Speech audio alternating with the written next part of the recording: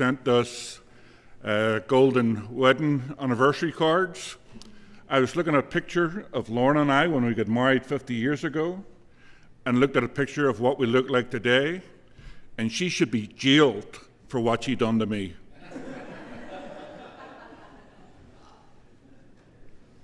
I had a 32-inch waist, and I've grown a foot, and I also dark hair, and I didn't have any wrinkles.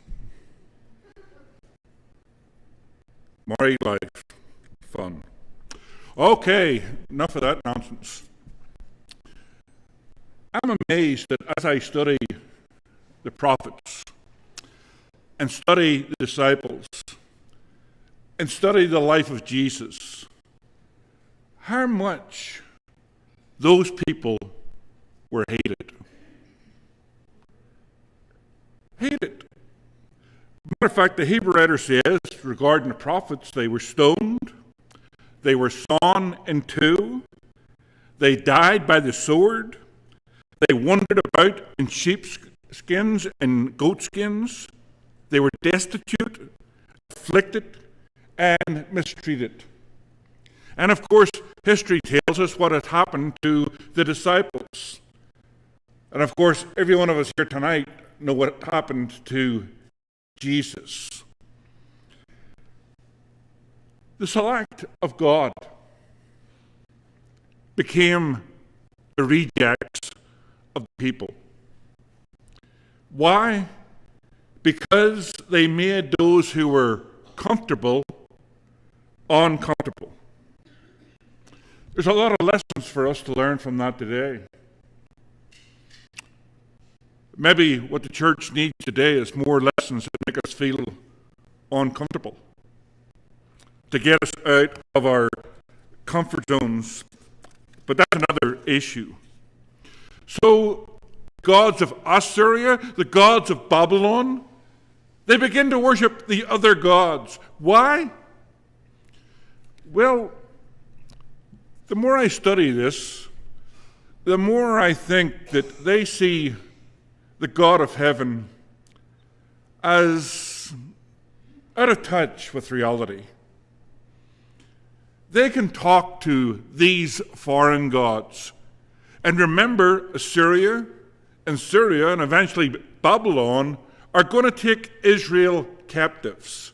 So their view is, if you take us captives, your God must be greater than our gods. So what are we going to do? We're going to begin to worship your gods. The people of Israel are showing more confidence in wealth, and as a result are oppressing the poor. The rich are getting richer. The poor are getting poorer. Thirdly, the nation is making alliances with pagan nations, something God told them you do not do. The reason why they're making alliances with pagan nations is because they believe that they have got these pagan nations on their side, well, then they'll be more victorious.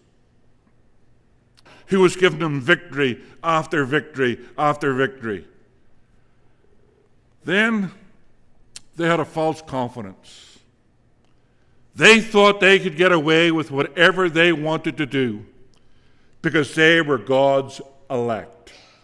God had looked upon the earth, had seen the nation of Israel, and decided that's the nation that I'm going to use to bring about my promise, the Messiah. So they seen themselves as God's elect. Therefore, they thought we can get away with anything. There's a lesson to be preached there as well, isn't there? But I'll not go there. The cultural influence of other nations seemed to appeal to Israel. Remember, they will turn around and they will say, we want a king like other nations. We want to be like other nations. They didn't receive or realize the blessings that they were being given by God because they were God's people.